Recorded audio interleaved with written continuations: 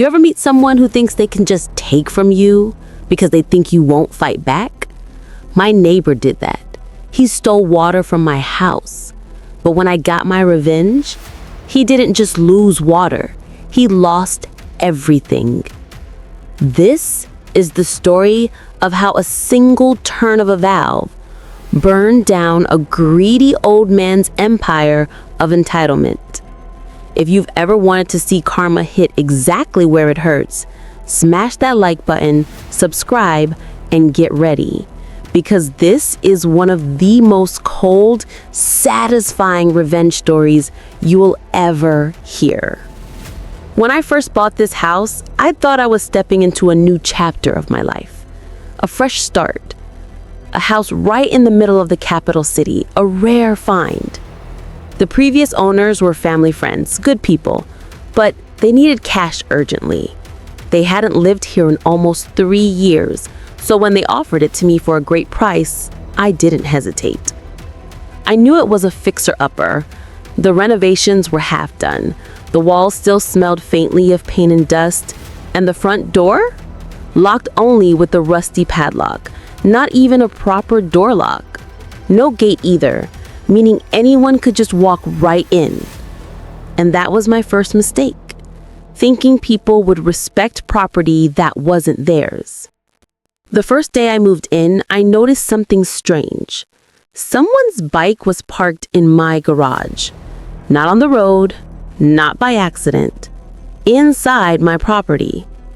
At first, I thought maybe a worker had left it there. But when no one came for hours, I dragged it out and parked it on the street. That same evening, there was furious knocking on my brand new gate. I didn't even have to open the door to know who it was. Some angry guy shouting about his bike.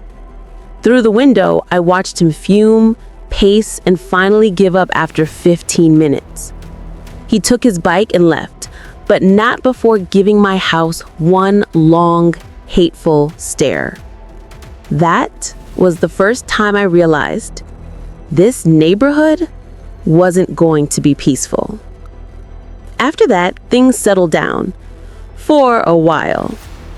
People kept parking in front of my gate, not realizing this was no longer an abandoned house. A simple no parking sign fixed that problem. But I never forgot that man, the old guy from next door. He lived on the first floor of a 3-story building. The upper 2 floors were rented out to tenants. The moment I moved in, I could feel the tension. He wasn't happy about me buying this place. Later, my friends, the previous owners, told me why. Apparently, this man had complained constantly when they tried to sell.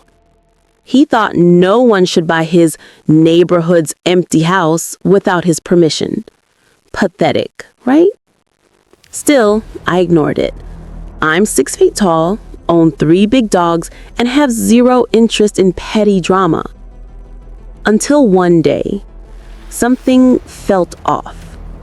It was a normal afternoon. I was in the shower when I noticed something weird. My water pressure dropped. Not by much, but enough to make me stop and listen. That's when I heard it. A loud, whirring sound from next door. The old man's pump was running. At first, I brushed it off. Coincidences happen, right? Maybe he was just filling his rooftop tanks. But when his pump stopped a few minutes later, my water pressure returned to normal. Instantly. That's when the thought hit me like a bucket of cold water. No way. Is he siphoning water from my line? I turned off my shower and began testing. I waited until his pump ran again. Pressure dropped. Pump off, pressure fine. Every single time. It was like clockwork. And suddenly, everything the previous owners told me started to make sense. They used to get high water bills even though the house was empty. They thought it was leaks. But now, I knew better. At some point in those 3 years, this old thief decided to help himself to free water. And when I moved in, he just kept doing it. For a few days, I tried to stay calm. I told myself, let it go. Water's cheap. It's not worth the drama. But it wasn't about the money. It was about entitlement, that smug kind of arrogance that makes people think they can steal from you and you'll just stay quiet. I couldn't. Every time I heard his pump start, I could feel my blood pressure rise. My jaw clenched, my hands tightened. The idea of that man, that self-righteous old miser, using my water made my skin crawl. So I decided to hit him where it hurt. Not with violence, not even confrontation, just intelligence and timing. See, the water systems in our country are simple. The city's water pressure isn't strong enough to push water up multi-story homes, so we all use pumps to fill rooftop tanks. Those tanks have a little ball valve. When the tank is empty, it signals the pump to turn on. Once full, it shuts off automatically. Now, what happens if someone turns off the water supply while the pump is running? The pump keeps working, but it's pulling nothing. Dry running, which, if you know anything about pumps, is a death sentence. So I waited. Monday afternoon, I was home, pretending to be on my laptop, listening through the open window. Then, there it was, the unmistakable whir of his pump kicking in. I stood up, walked to my water mains, and slowly twisted the valve off. A grin spread across my face. Simple, clean, legal. I wasn't breaking into his house or touching his stuff. I was just closing my own water. Then I waited. At first, nothing happened. The night was quiet.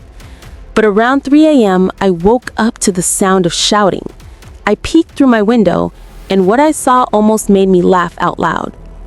The entire house next door was dark.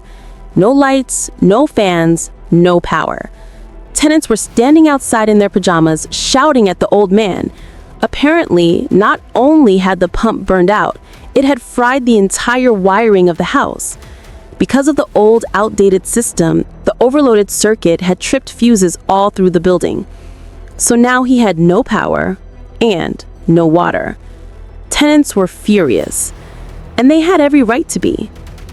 Where I live, power and water are considered essential services.